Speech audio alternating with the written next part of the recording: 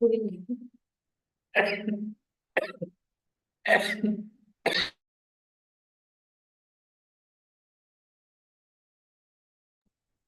मंगलाचरण करते हैं।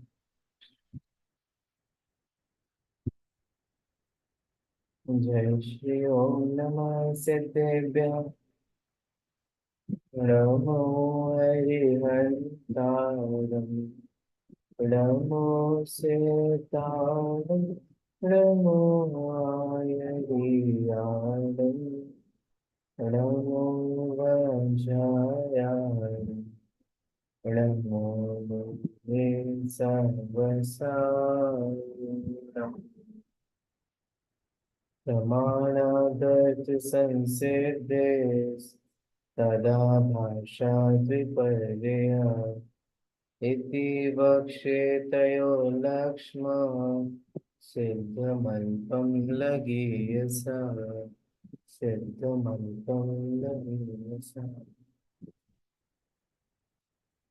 कल क्लास में हमने प्रमाण शास्त्र की अथवा न्याय शास्त्र की क्या उपयोगिता है इसके बारे में डिस्कस किया था और जैन न्याय दीपिका के माध्यम से समझा था। अभी जो जैन प्रमाण शास्त्र है, जिसके बाई करने की लिंक भी मैंने आप लोगों को दी है, वो आप वहां से खरीद सकते हैं। उसमें बहुत अच्छे समाहित करते हुए प्रमाण शास्त्र क्यों पढ़ें उसे पॉइंट्स में दिया है। ठीक है, तो आपको इसकी सहूलियत होगी, इसीलिए मैं एक बार इसको पुनः आपकी दृष्टि से इसको प्रस्तुत कर रहा हूँ। चलिए, इसको सिर्फ हम पढ़ते जाएंगे, है ना, और पीडीएफ में आपके साथ शेयर कर दूंगा, तो आप लोग इसको रेफर कर सकते हैं। प्रमाण शास्त्र क्यों पढ़ें, सबसे पहला पॉइंट यहाँ दिया है, जीवन व्यवहार के सम्यक संचालन हेतु पदार्थ का सम्यक निर्णय करने के लिए। तो प्रमाण शास्त्र से पदार्थ का सम्यक निर्णय होता है, माने वस्तु का सही स्वरूप हमारे को ख्याल में आता है। ठीक है, अंध मान्यताओं, भ्रामक धारणाओं, संशय एवं अनिश्चय से रहित होने के लिए। ठीक है, इसके बारे में हम कल भी डिस्कस कर चुके हैं कि ये जो लॉजिक है वो आपके जो इंटेलेक्चुअल इम्प्योरिटीज हैं उसको दूर करता है ना, जो बौद्धिक विषमताएं हैं उससे उसको दूर करता है। ठीक है, चाहे वो बायसनेस हो, सुपरस्टिशन हो, सेल्फिश हो, अपने ओन बिलीफ पे ही स्टक रहना हो, तो ये सब अच्छे नहीं माने गए हैं और ये इसके लिए जरूरी है। अगला है संभाषण में अप्रामाणिक, निराधार और अनर्गल बातों से बचने के लिए। संभाषण मीन्स कन्वर्सेशन। जब आप लॉजिक समझते हो ना, तो आप टू द पॉइंट बात करते हो। और जो बहुत लंबी लंबी बातें करते हैं और कुछ सार, आप अक्सर देखिएगा, जो होशियार व्यक्ति होगा वो कम बोलेगा और टू द पॉइंट बोलेगा, है ना, और जिसको कुछ नहीं आता होगा वो आप उसके साथ घंटों बातें करते रहिए और कुछ साथ नहीं। तो ये इस चीज को अवॉइड करने के लिए लॉजिक जरूरी होता है। और देखिए, प्रवचन में प्रामाणिक कथन को ही प्रस्तुत करने की प्रवृत्ति का विकास करने के लिए। ठीक है, तो अब आप सोचें, हम तो प्रवचन करते नहीं है, तो वचन तो बोलते हैं ना।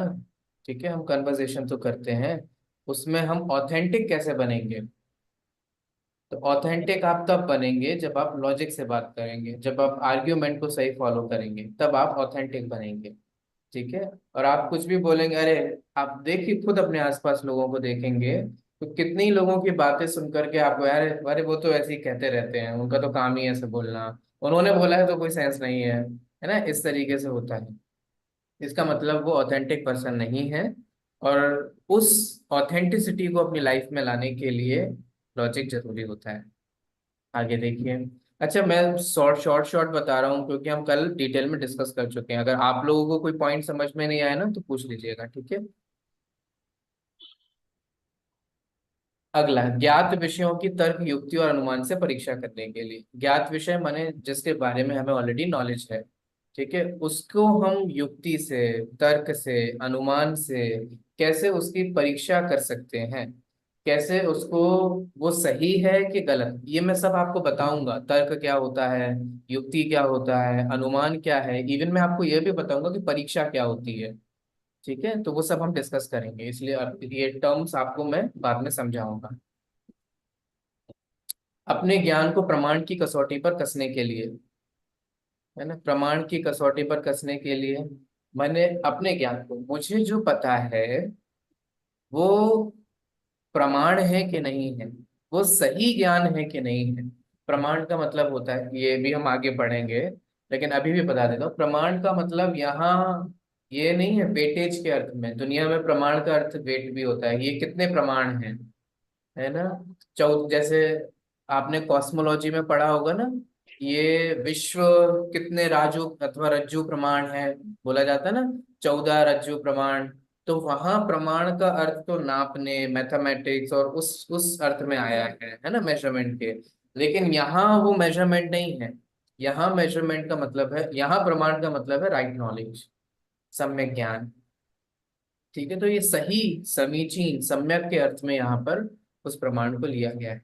तत्प्रमाणे, ये पांचों के पांचों ही ज्ञान प्रमाण है। याद आ रहा है ये सूत्र, चतवार सूत्र का, तब भी आपको बताया था। तो जब आप लॉजिक पढ़ लोगे ना, तब आप अपनी भी परीक्षा कर पाओगे कि जो मुझे आता है वो कितना सही है और कितना गलत है। ठीक है, आगे देखिए। तर्कणा शक्ति का विकास करने के लिए, ठीक है, अपनी लॉजिकल पावर को बढ़ाने के लिए, सत्य को जानने के लिए, ठीक है, ऑब्वियस सी बात है, समस्याओं या गुत्थियों को सुलझाने के लिए, ठीक है, समुचित न्याय करने के लिए, सम्यक आध्यात्मिक विकास के लिए। मैं कुछ कह नहीं रहा हूँ, मैंने उसको बहुत कुछ कह सकता हूँ, लेकिन मैं ये सोच कर चल रहा हूँ कि आप लोग को समझ में आ रहा होगा। आ रहा है ना? नहीं आ रहा हो तो फिर बताइए, मैं फिर एक एक को एक्सप्लेन भी करूँ। बताइए, पूजा जी, महाराजा, कोमल जी, अरुणा जी, और कौन कौन है? सर समुचित क्या रहता? हाँ, समुचित माने सही तरीके से, सही रीति से। सर आ रहा है, इधर शादी है इसीलिए बहुत आवाज है सर मेरे पास। सही। पूजा जी देखो, शादी के बीच में भी क्लास अटेंड कर रहे हैं। वाह। सर मेरे घर के बाजू शादी का हॉल है। अच्छा, घर के बाजू में है। भाई, मेरे को इतना डेडिकेशन आपका, बहुत अच्छा। हाँ, तो आसपास नॉइज आ रही होगी। ठीक है, ठीक है पूजा जी, कुछ समझ में नहीं आए तो पूछ लीजिएगा, ठीक है। ये सर इधर वो बारात का चालू है इसीलिए आवाज बहुत ज्यादा है। अच्छा अच्छा, कोई बात नहीं, वो तो थोड़ी देर में चले जाएंगे। कोमल जी, समझ में आ रहा है आपको? Yes sir. ठीक है, अरुणा जी आगे बढ़े। जी सर। आगे देखिए, नए ज्ञान एवं अनेकांतवाद का सम्यक प्रयोग करने के लिए, ठीक है। अब नए ज्ञान और अनेकांतवाद जो है, वो आप जैन एपिस्टेमोलॉजी के पेपर में पढ़ेंगे। सॉरी। विवाद से बचने एवं संवाद और वाद को अपनाने के लिए, सब में वाद है, ठीक है। संवाद क्या होता है, वाद विवाद क्या होता है, ये सब भी हम आगे समझेंगे, क्योंकि ये सब न्याय के समझने की चीजें हैं। ठीक है, विवाद का मतलब होता है झगड़ा। तो अक्सर हम लोग कुछ भी बात कहते हैं ना एक दूसरे के विरुद्ध, तो आप देखे हुए धीरे धीरे वो झगड़े में चेंज हो जाता है। हम लोगों को दो अपोजिट व्यूज को, कल मैंने आपको बोला था, सुनने की आदत नहीं है।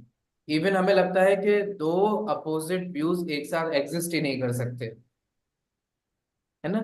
हमेशा हम लोग ये ब्लैक एंड व्हाइट चूज करते हैं, है ना, या तो ये या तो वो, ये हमारा परसेप्शन बन चुका है। और फिर जो हमारे व्यूज से मैच नहीं खाता है, उससे हम झगड़ा शुरू हो जाता है। तो उस विवाद से बचने के लिए और एक सही, एक हेल्दी संवाद का मतलब होता है हेल्दी कन्वर्सेशन।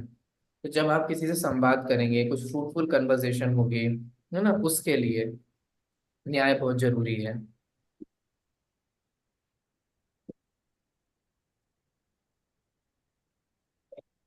अगला पॉइंट सभी शोधार्थियों को ध्यान से देखना चाहिए, रिसर्चर्स को लिए।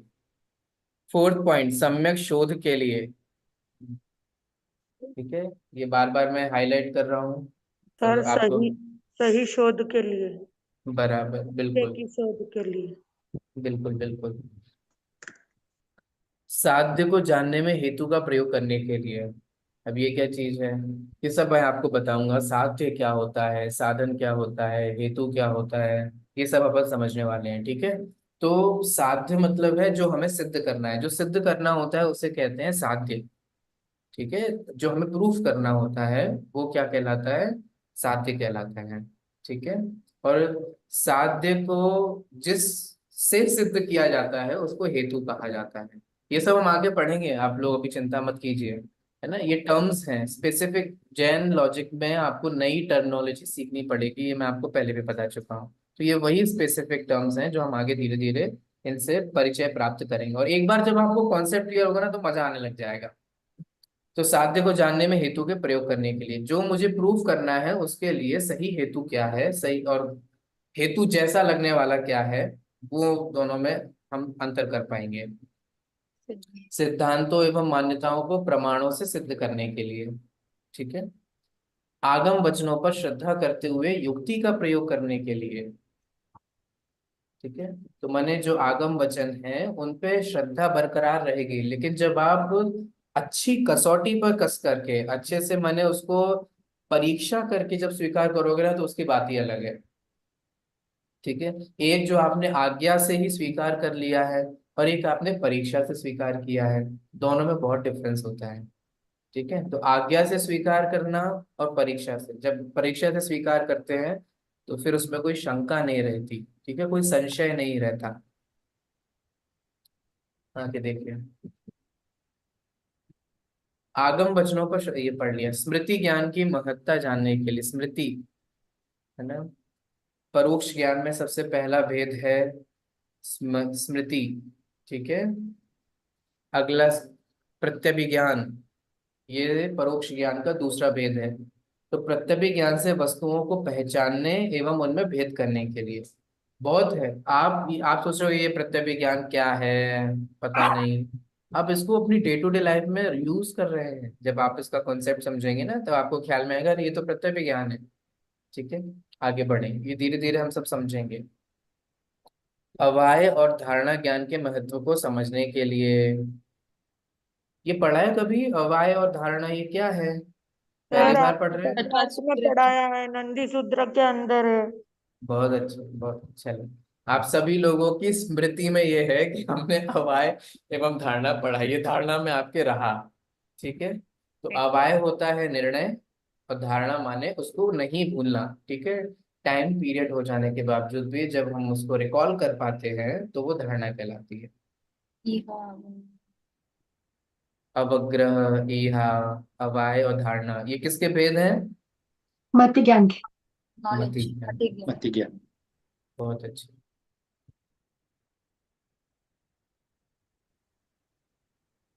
आगम में प्रज्ञा का उपयोग करने के लिए, ठीक है, माने आगम, अच्छा हम आपको आगम की भी परिभाषा बताएंगे इसमें, आगम किसे कहते हैं ये सब हम इसको पढ़ने वाले हैं। स्मृति क्या है, प्रत्यभिज्ञान क्या है, तर्क क्या है, अनुमान क्या है, आगम, ये पांच परोक्ष ज्ञान के भेद हैं। स्मृति, प्रत्यभिज्ञान, तर्क, अनुमान और आगम। आगम क्या होता है हम ये समझेंगे, ठीक है। और उस आगम में हम प्रज्ञा का उपयोग करें, प्रज्ञा माने प्रशिष्ट ज्ञान, विशिष्ट ज्ञान। ठीक है, उसको उसको हम यूज करेंगे अन्य दर्शनों के साथ तुलनात्मक बोध के लिए। ठीक है, कंपैरेटिव स्टडी हो पाएगी, क्योंकि आपके कोर्स का नाम क्या है, प्रोग्राम का नाम क्या है, बताइए। Jain logic. and comparative religion philosophy. Comparative region. Sir आपके सब्जेक्ट का नाम जैन लॉजिक है। हाँ, प्रोग्राम का, एमए, एमए प्रोग्राम का। तो आप, Genealogy and comparative religion and philosophy. हम्म, तो हम जैन दर्शन को पढ़ेंगे और उसका, हाँ, विद कंपैरेटिव अदर रिलीजियंस। कितना सोचना पड़ रहा है ना। हाँ। पूजा को तो याद ही नहीं है ये क्या कर रही है, एमए कर रही है। सर कोई पूछा मेरे को भाई मैं किस में कर रहे हैं, फिर मेरे को मालूम ही नहीं पड़ा किस में कर रहा हूँ। फिर प्रीति मैम को एक बार पूछा तो बोले कंपैरेटिव रिलीजियंस फिलोसफी है करके।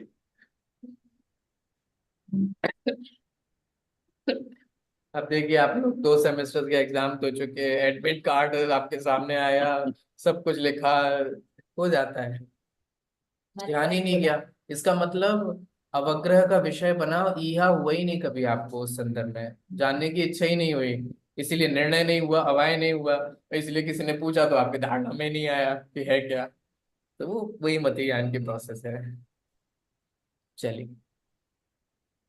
हाँ पूजा, मैं तुम्हारे लिए बता दूं। Genealogy and religious comparative philosophy ऐसा कुछ? नहीं, genealogy and comparative religion and philosophy, ठीक है। मतलब हाँ somewhere you were nearby, हाँ। But not exact. चलो, अगला, कुतर्कों या गलत तर्कों को समझकर उनका खंडन करने के लिए। अच्छा, हम कई बार समझ ही नहीं पाते, हमें लगता है हम बहुत लॉजिकल हैं, ठीक है। तो एक सही लॉजिक में और जो सही लॉजिक नहीं है उसमें हम डिफरेंशिएट कर पाएंगे और उनका खंडन भी कर पाएंगे। अपने जानने की प्रक्रिया एवं उसकी सम्यकता के निर्णय के लिए, ठीक है। हम कैसे जानते हैं, सोचो, माने आप ये देखो, प्रमाण माने ज्ञान, और ज्ञान हमारे आत्मा का मूल स्वभाव है। आप अभी समय सार पढ़ेंगे ना, कुंद कुंद आचार्य का पूरा पूरा वेटेज बस इसी के लिए है कि मेरा काम तो बस जानने देखने का है, उपयोग स्वरूप ही है, ठीक है। अहम एको खल शुद्धो डिम्ब मौड़ान सण समग्गो, है ना, मैं निर्मल ज्ञान दर्शन स्वभावी हूँ, तम मिठितो तम चित्तो, है ना, मैं उसी में ही लीन रहूं, उसी में ही मग्न रहूं, उस तरीके की भावना, उस तरीके की बात वो वहां पर करते हैं। तो बेसिकली ज्ञान हमारी आत्मा का मूल स्वभाव है। अब वह ज्ञान वर्क कैसे करता है, ठीक है, कॉन्शियसनेस जो है वो कैसे वर्क करती है, हम कैसे जानते हैं, उस ज्ञान की जो प्रक्रिया है वो कैसे होती है, ये सब चीजों के बारे में हम यहाँ पर जानेंगे।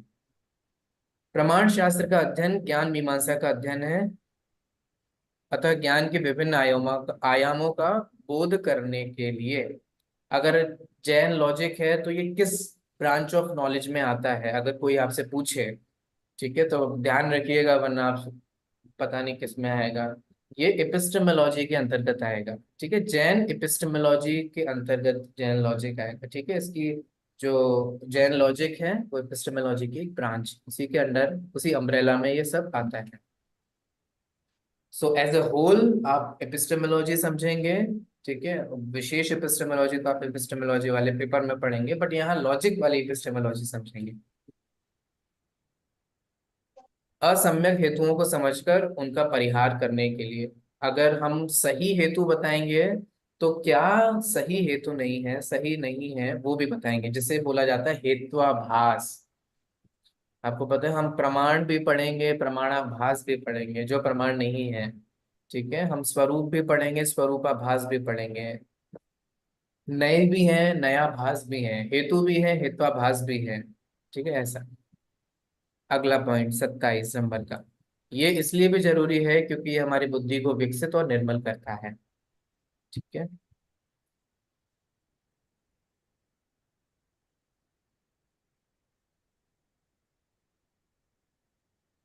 चलिए, तो सभी को समझ में आया। हाँ। अच्छा, अब आगे बढ़ते हैं, कुछ टर्म समझ लेते हैं, कुछ बातें समझ लेते हैं, और फिर हम प्रमाण की चर्चा शुरू करेंगे। देखिए, पहले तो चर्चा जो है वो कंट्रीब्यूशन ऑफ जैन लॉजिशियंस है ना, और कैसे वो जैन न्याय की एक परंपरा रही है। मुझे लगता है कि हम उसको समझेंगे, ठीक है, उसको हम बाद में समझेंगे। पहले एक बार हम टॉपिक से थोड़ा सा परिचय हो तो हम समझ पाएंगे इन आचार्यों का क्या कंट्रीब्यूशन है, वरना हम उनका कंट्रीब्यूशन सही तरीके से नहीं समझ पाएंगे। इसलिए पहले हम प्रमाण समझेंगे, लॉजिक समझेंगे, न्याय समझेंगे, फिर हम बाद में इनके कंट्रीब्यूशन आदि की चर्चा भी करेंगे। चलिए, सबसे पहले ये मैं न्याय मंदिर में से आपको पढ़ा रहा हूँ, मैं अलग अलग स्टडी मटेरियल को इस्तेमाल करूंगा, ठीक है, और प्राइमरली मैं इस बुक का इस्तेमाल करूंगा, और जो मुझे इस बुक से अलग कुछ करनी होगी बात तो मैं अलग बुक से भी करूंगा, वो मैं आपके साथ शेयर करता जाऊंगा, ठीक है। इसमें भी है ये, ऐसा नहीं है। देखिए, सबसे पहले न्याय क्या है, न्याय किसे कहते हैं, ये समझना बहुत जरूरी है, क्योंकि ये हम न्याय शास्त्र पढ़ रहे हैं, जिसे प्रमाण भी बोला जाता है। प्रमाण शास्त्र उसका ही एक अंग है, ब्रॉडर कैटेगरी है न्याय। ठीक है, तो हम क्या पढ़ रहे हैं, जैन न्याय को पढ़ रहे हैं। ठीक है, तो वो न्याय क्या कहलाता है?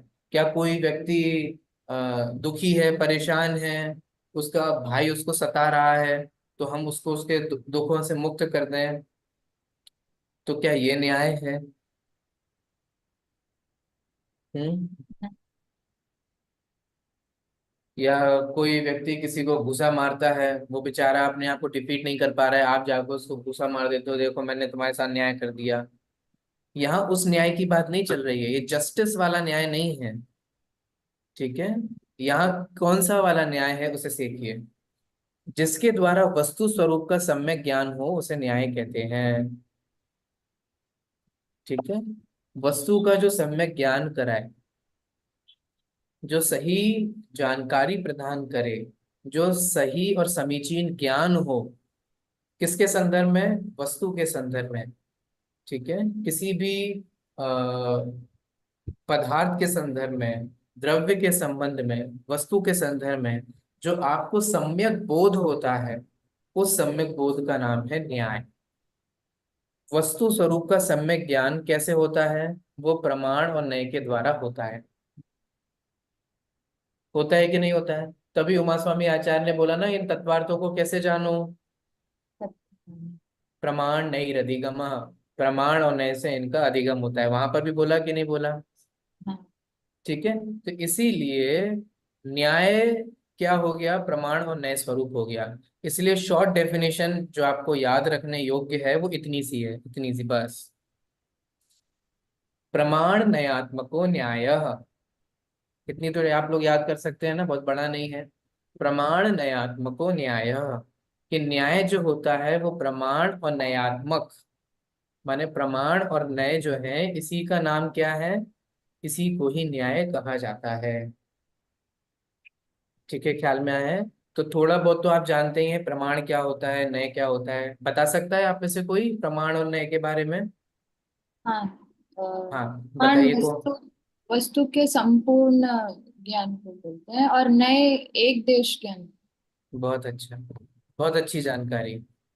इतना आप सभी को बेसिक आना चाहिए कि प्रमाण सकलादेश होता है, माने संपूर्ण वस्तु को जानता है, और न्याय एक देश एक एक क्षेत्र। देश होता है, संपूर्ण वस्तु के किसी एक भाग को जानता है।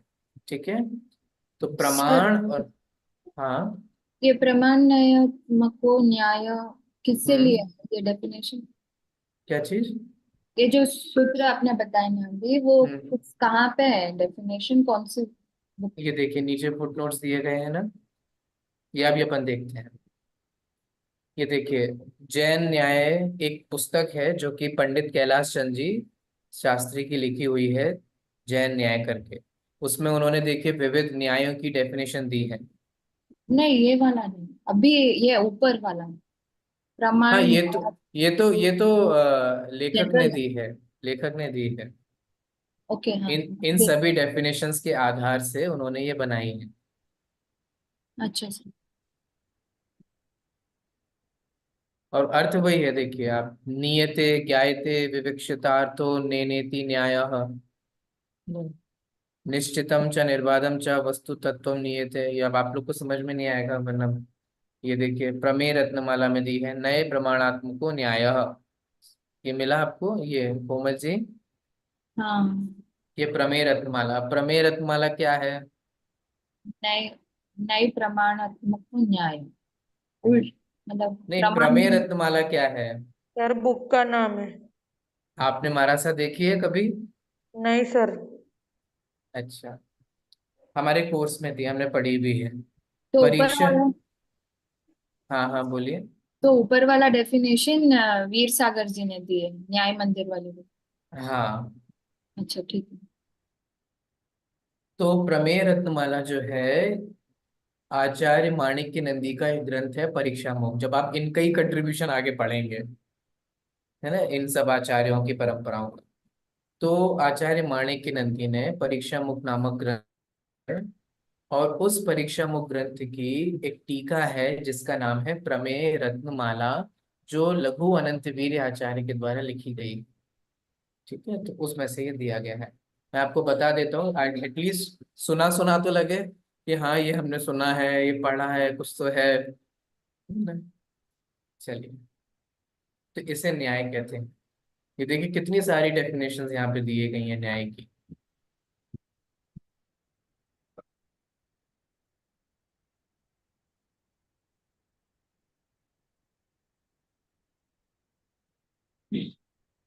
अब देखिए, न्याय की ना एक पद्धति है, माने एक नेचर है। जैसे आप लोगों ने रिसर्च का नेचर पढ़ा था ना, ऐसे ही जब न्याय के फील्ड में हम आते हैं तो उसका एक नेचर होता है।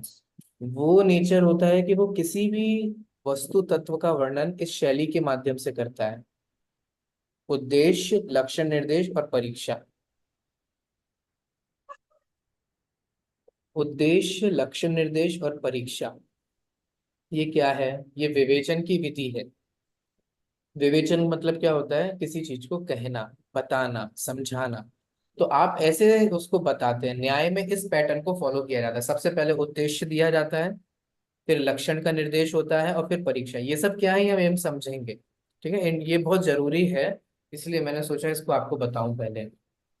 सबसे पहला होता है उद्देश्य। तो उद्देश्य तो आपको समझ में आ रहा है। उद्देश्य का मतलब यहाँ होता है नाम मात्र कथन करना। जब आप किसी भी चीज का कथन करते हैं, जैसे फॉर एग्जाम्पल आज हम जैन लॉजिक पढ़ेंगे, ये क्या है? ये कथन मात्र है। मैंने अभी पढ़ाना तुमने शुरू कर दिया। ये मोबाइल है, ये क्या है? उद्देश्य। ठीक है, किसी भी वस्तु का कथन मात्र करना, नाम मात्र कथन करना, ये क्या है? उद्देश्य कहलाता है। सभी को समझ में आ रहा है? ये पुस्तक है। प्लानिंग बोल सकते हैं। नहीं, ये उद्देश्य वो ऑब्जेक्टिव और वो वाला नहीं है, ये उद्देश्य है, उद्देश्य नहीं। ठीक है, तो जो सिर्फ कथन मात्र किया जाता है वो उद्देश्य कहा जाता है। ठीक है, जैसे ये कहना कि ये बॉटल है, तो ये बॉटल है, इस प्रकार का कथन मात्र करना ये उद्देश्य है। तो कैरेक्टर बोल सकते हैं सर। नहीं, कैरेक्टर तो स्वरूप होता है, तो कैरेक्टर नहीं बोल सकते अपन, है ना। हिस्टरी। सिर्फ स्टेटमेंट कह सकते हैं। स्टेटमेंट। ठीक है, उसका कथन मात्र करना ये उद्देश्य है। तो अभी आपको समझ में आ रहा है न्याय ऐसे बढ़ता है। तो सबसे पहले हम कह देंगे कि सम्यक ज्ञान प्रमाण है। जैसे मैं इसको बहुत सिंपली आपको कहूँ, ये मोबाइल है, ये कथन मात्र करना ये उद्देश्य है। प्लस अब ये मोबाइल क्यों है, तो मैं कहूंगा कि देखो इसमें इसमें रिंग आ रही है, मैं बात कर पा रहा हूँ, है ना, मैं कैलकुलेशन कर पा रहा हूँ, मैं अपना सोशल मीडिया चला पा रहा हूँ, वगैरह वगैरह। इन सब से ये सिद्ध होता है कि ये सारे लक्षण इसमें हैं, इसीलिए ये मोबाइल है। ठीक है, फिर वो मोबाइल है कि नहीं है, इस प्रकार की सही जानकारी प्राप्त करना और उसको सिद्ध करना वो परीक्षा है। ये धीरे धीरे अभी आपको समझ में आएगा अच्छे से। ठीक है, तो जब आप सिर्फ अपना, आप देखिए जैसे अभी मुझे पता नहीं आप लोगों को कभी जान, मेरा तो नहीं हुआ है, लेकिन आपने मूवीज में देखा होगा कि जब न्यायालय में भी जाते हैं तो हर वकील सबसे पहला अपना स्टेटमेंट बोलता है ना, बोलता है कि नहीं बोलता है ना। वो कुछ सिद्ध नहीं करता है, पहले ही शुरुआत से सिद्ध नहीं करना शुरू कर देता है ना। एक पक्ष अपना स्टेटमेंट बोलता है, दूसरा पक्ष अपना, उस स्टेटमेंट से शुरुआत होती है। करेक्ट, तो बस उसी का नाम है उद्देश्य। ठीक है, परीक्षा तो बाद में होगी कि वो कौन सही है, कौन नहीं है, गलत है, क्या है, नहीं है ना, वो सब बात की बात है। लेकिन सब जो अपना स्टेटमेंट कहते हैं वो उद्देश्य। ठीक है, चलिए इतना ही जरूरी है। तो सबसे पहले विवेचन की शैली होती है उद्देश्य, कथन मात्र किया जाता है, फिर लक्षण निर्देश होता है। लक्षण निर्देश का मतलब क्या होता है कि उस वस्तु का निर्दोष लक्षण बताना। ठीक है, निर्दोष मतलब क्या कि उसमें किसी भी तरीके का दोष ना हो। कौन कौन से दोष होते हैं इसकी चर्चा हम आगे करेंगे, ये बहुत जरूरी है। लक्षण किसे कहते हैं? स्वरूप। हाँ मैं आपसे अगला क्वेश्चन यही पूछने वाला था कि स्वरूप और लक्षण में क्या अंतर होता है। स्वरूप नेचर है, लक्षण लक्षण मतलब जिससे वस्तु की पहचान होती है ना, कैरेक्टरिस्टिक। लक्षण, कैरेक्टर। देखिए, सबसे पहले स्वरूप में और लक्षण में अंतर होता है, दोनों एक नहीं होते। ठीक है, हम लोग सामान्यतः यही समझते हैं, जीव का लक्षण लिखिए तो भी वही चेप देंगे, जीव का स्वरूप लिख दिए तो भी वही लिखेंगे, हमारे लिए तो स्वरूप और लक्षण एक ही है। बट नहीं, अब नहीं है, अब आपको इसके दोनों के अंतर को समझना होगा। लक्षण का मतलब क्या होता है? परस्पर मिली हुई वस्तुओं में से किसी एक वस्तु को अलग करने का जो हेतु हो, उसे कहा जाता है लक्षण। ठीक है, ये हम आगे, इसकी थोड़ी सी डेफिनेशन आगे आएगी। मिली हुई, परस्पर मिली हुई वस्तुओं में से किसी एक को अलग करना। जैसे मान लीजिए जी। कि यहाँ पर मौसमी रखी हुई है ना, और उसमें से कुछ एक दो संतरे हैं, तो मैं आपसे कहूँ कि इसमें से संतरा उठाइए, तो संतरा उठाओगी, तो कैसे संतरा उठाओगी? तुम्हें कैसे पता? संतरा बोल रहा है कि मैं संतरा हूँ। नहीं, बट उसका क्वालिटी, क्वालिटी देखोगे, कलर की। कलर देखोगे, है ना, उसका टेक्सचर देखोगे, जो संतरे का लक्षण है वो उस पर घटित हो रहा है कि नहीं हो रहा है, तो उसमें हमने डिफ्रेंशिएट कर लिया ना। ऐसे ही ये पूरा लोक है, इस लोक में ये मेटाफिजिक्स के अनुसार षट द्रव्य हैं, सिक्स सब्सटेंसेस हैं, जो आपने जैन मेटाफिजिक्स में पढ़ा है। अब उसमें से आप जीव को कैसे अलग करोगे? उपयोग जो कॉन्शियस है वो सब। बहुत सुंदर, तो आपने कहा उपयोगो लक्षणम, याद आ रहा है उपयोगो लक्षणम? Yes sir. तत्वार सूत्र के दूसरे अध्याय में पढ़ा है, जीव का लक्षण क्या है? उपयोग है। तो उन्होंने, उमा स्वामी आचार्य ने भी कहा कि उपयोग जीव का लक्षण है, तो वो उपयोग से जीव को डिफरेंशिएट कर रहे हैं। हाँ, ठीक है बाकी कि, तो सब। हाँ हाँ, तो अब आपको समझ में आया। हाँ। तो लक्षण वो बनाया जाता है। अब अच्छा लक्षण क्या होगा? अच्छा लक्षण वो होता है जिसमें कोई दोष नहीं हो, पॉलिसीज ना हो। ठीक है, अगर उसमें दोष है तो वो निर्दोष लक्षण नहीं कहलाएगा। तो लक्षण बनाते वक्त तीन, हमें ये चेक करना होगा कि इसमें तीन तरीके के दोष नहीं हो। वो कौन कौन से तीन दोष हैं वो लिख लीजिए, वो हम पढ़ने भी वाले हैं। अव्याप्ति, अतिव्याप्ति और असंभव। अगर ये तीन दोष हैं तो वो लक्षण नहीं है, तो फिर क्या है? तो फिर उसे बोला जाता है लक्षणाभास। ये एग्जाम में क्वेश्चन आएगा, लक्षण और लक्षणाभास बताइए। ठीक है, तो इस तरीके से ये क्वेश्चन आ सकता है। तो लक्षण किसे कहते हैं? जो निर्दोष हो, जिसमें अव्याप्ति, अतिव्याप्ति और असंभव दोष ना हो, वो लक्षण है। और जिसमें अव्याप्ति, अतिव्याप्ति और असंभव ये तीनों दोष हों तो वह लक्षणाभास है। ठीक है, अब ये अव्याप्ति, अतिव्याप्ति क्या है, आइए इसको समझते हैं। बहुत इजी है, बहुत इजी है, देखिए।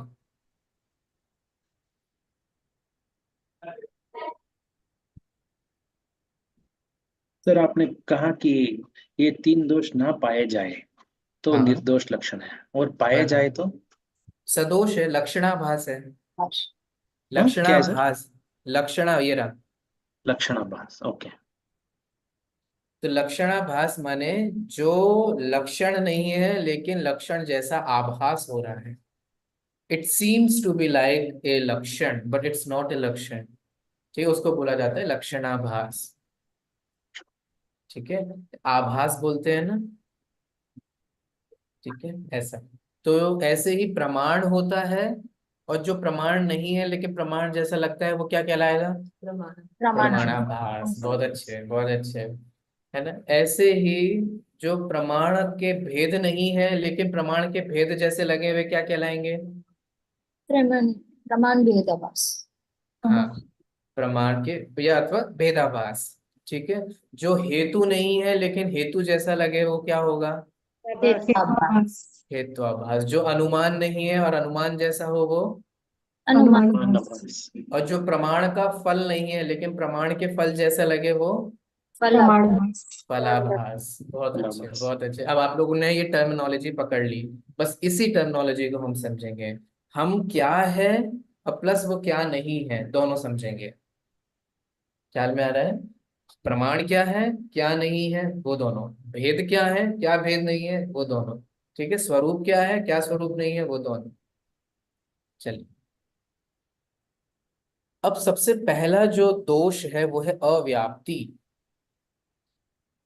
ठीक है, अव्याप्ति, अ माने नहीं और व्याप्ति माने व्यापना। व्यापना का मतलब क्या है इसको देखिए समझिए। जैसे ये कोई एक वस्तु है, सबसे पहले तो आप कुछ टर्म सीखिए, लक्षण और लक्ष्य। ठीक है, लक्ष्य का मतलब होता है वस्तु जिसका हम लक्षण बना रहे हैं। ठीक है, तो जैसे मान लो कि मैं अगर बोतल का लक्षण बना रहा हूं कि बोतल किसे कहते हैं, तो बोतल क्या हो जाएगी, लक्ष्य। लक्ष्य। और जो बोतल का मैं लक्षण बनाऊंगा वो अलग हो जाएगा।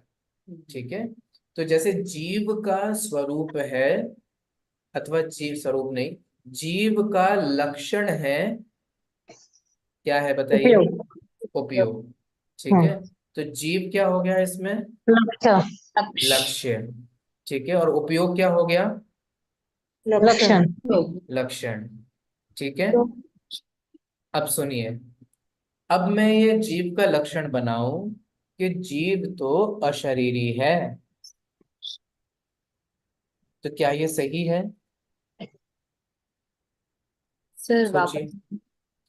सर अगर एक मैं, अर्थ है, किसी अपेक्षा से नहीं है। नहीं नहीं, अब मैं सिर्फ जीव कह रहा हूं।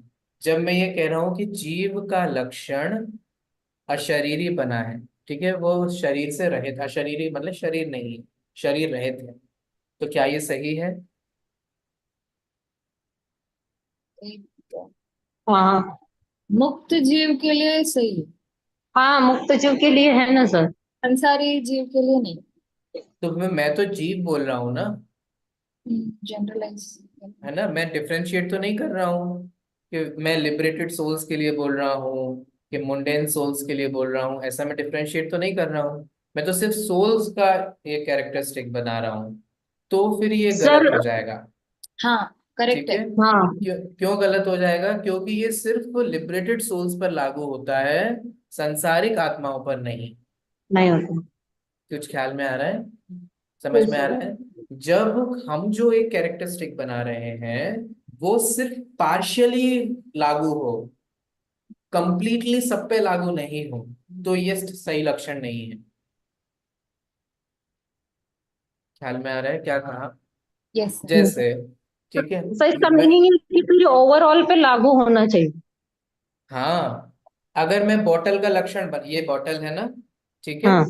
अब मैं इसका लक्षण बनाऊं जो स्टील की हो वही बॉटल है, तो क्या ये बॉटल का लक्षण सही है, नहीं।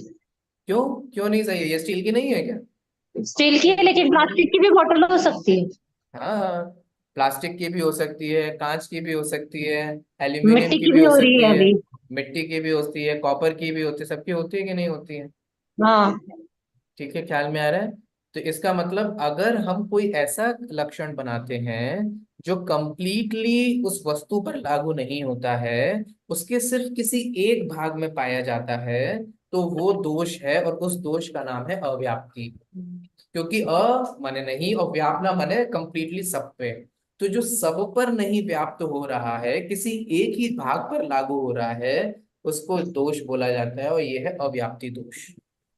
ठीक है, ख्याल में आया। अब सुनना ध्यान से, अब मैं ध्यान से सुनना।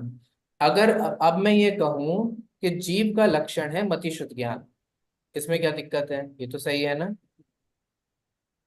नो। नो। इसमें क्या प्रॉब्लम है, आप लोग को तो बहुत ऑब्जेक्शन हर चीज है।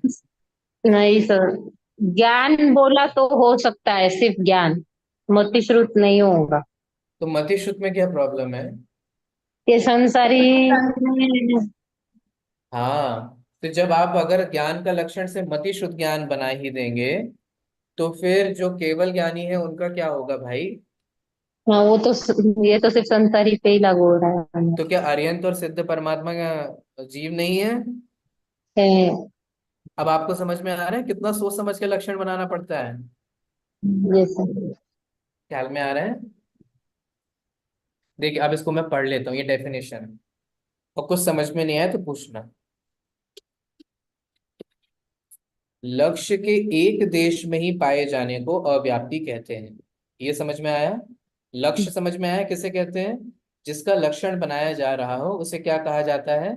लक्ष्य।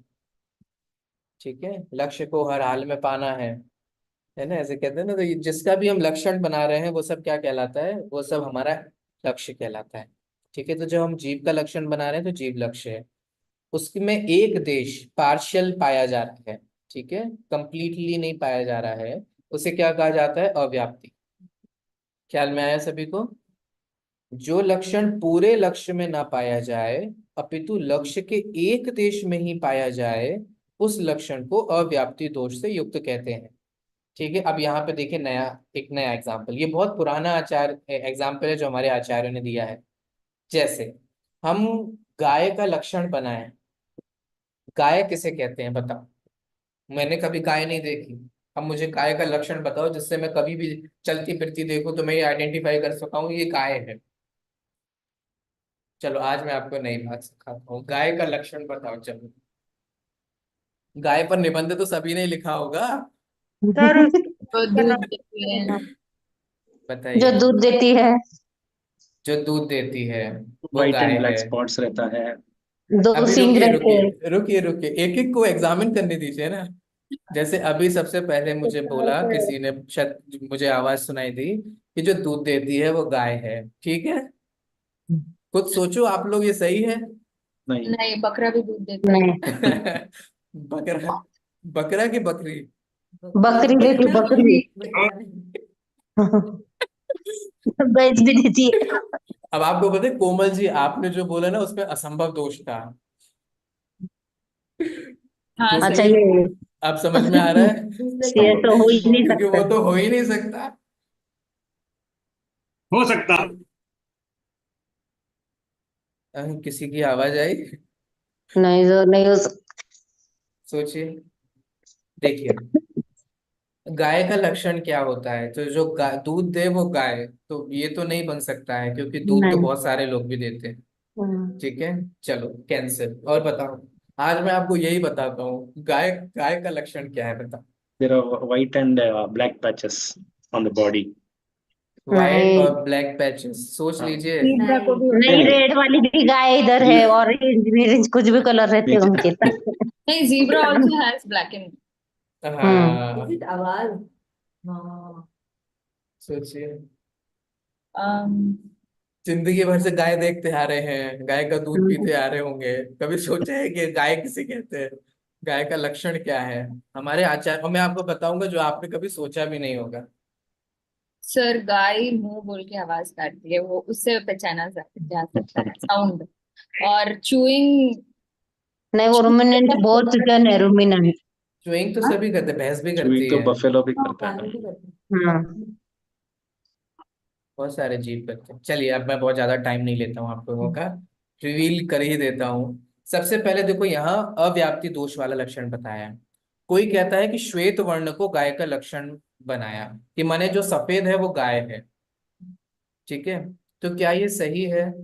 हाँ, हो नहीं। सकता है कि सफेद कलर की गाय हो। जयदीप जी आपने भी जो बोला ना ब्लैक एंड व्हाइट पैचेस हो, हाँ तो होता है, बराबर है, सही बात है कि ब्लैक एंड व्हाइट पैचेस वाली भी गायें होती हैं, लेकिन इसके अलावा भी तो होती है ना, तो ये कंप्लीटली सब पे कहाँ लागू हो पाया? Yes yes. तो ये दोष हो गया। ख्याल में आ रहा है? इसीलिए ये कौन सा दोष हो गया? अव्याप्ति, क्योंकि ये सब पे लागू नहीं हो पा रहा है, पार्शियली किसी किसी पर लागू हो पा रहा है। ठीक है, चलिए मैं आपको एक दिन का टाइम देता हूँ, मैं नहीं बताऊंगा आपको। नहीं, अब कल कल डिस्कस करेंगे। गाय का लक्षण बताना है, गाय किसे कहते हैं? चलिए आगे बढ़ते हैं। अतिव्याप्ति, तो अव्याप्ति समझ में आ गया। अब बढ़ते हैं अतिव्याप्ति। अतिव्याप्ति क्या होता है, मैं आपको पहले समझा देता हूं। अब आपने ऐसा लक्षण बना दिया जो, मैं ड्रॉ कर देता हूं, जो इस लक्ष्य में तो प्राप्त हो रहा है, प्लस अलक्ष्य में भी प्राप्त हो रहा है। अव्याप्ति का डायग्राम या हम समझे तो कैसा होगा कि वो पार्शियली लागू हो रहा है, पूरे पे नहीं लागू हो रहा है। और ये अतिव्याप्ति कैसा है कि इस पे भी लागू हो रहा है और इस पे भी लागू हो रहा है, दोनों पे लागू हो रहा है। ख्याल में आ रहा है? अब मान लीजिए, अब मैं ऐसा लक्षण बनाऊं कि गाय उसे कहते हैं जिसके 4 पैर हो,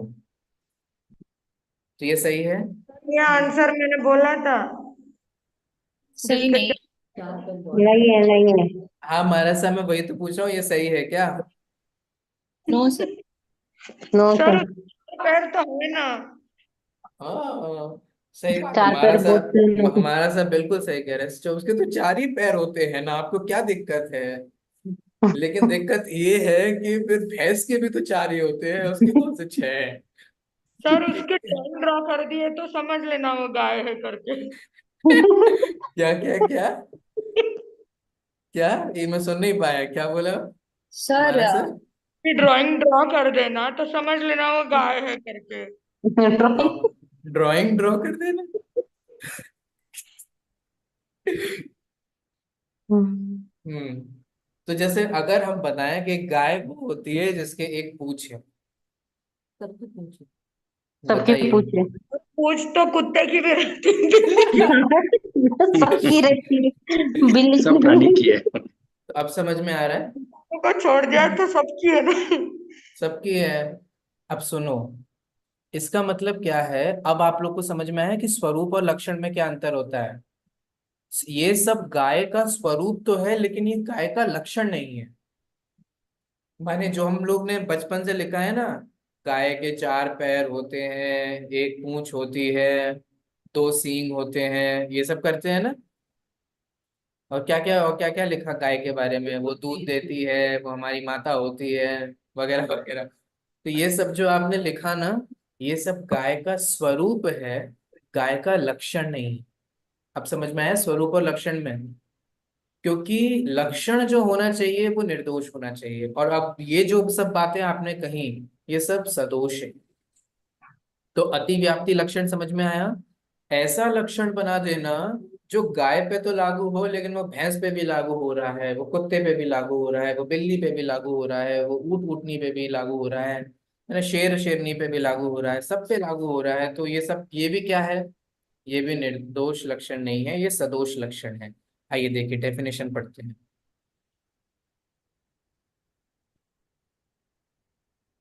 लक्ष्य और लक्ष्य के बाहर अलक्ष्य में भी पाए जाने का नाम है अतिव्याप्ति। ठीक है? जैसे पशुत्व को गाय का लक्षण बनाना।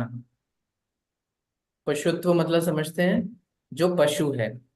अब ये लक्षण बना दिया जाए कि जो पशु है वो गाय है। ठीक है, तो ये तो सही लक्षण नहीं कहलाएगा, क्योंकि गाय तो पशु है, हाँ। लेकिन गाय के अलावा भी बहुत पशु है। ठीक है, ऐसे ही गाय वो है, गाय का लक्षण बना देना है कि उसके 4 पैर है। अब ऐसे सोचिए, किसके क्या लक्षण है?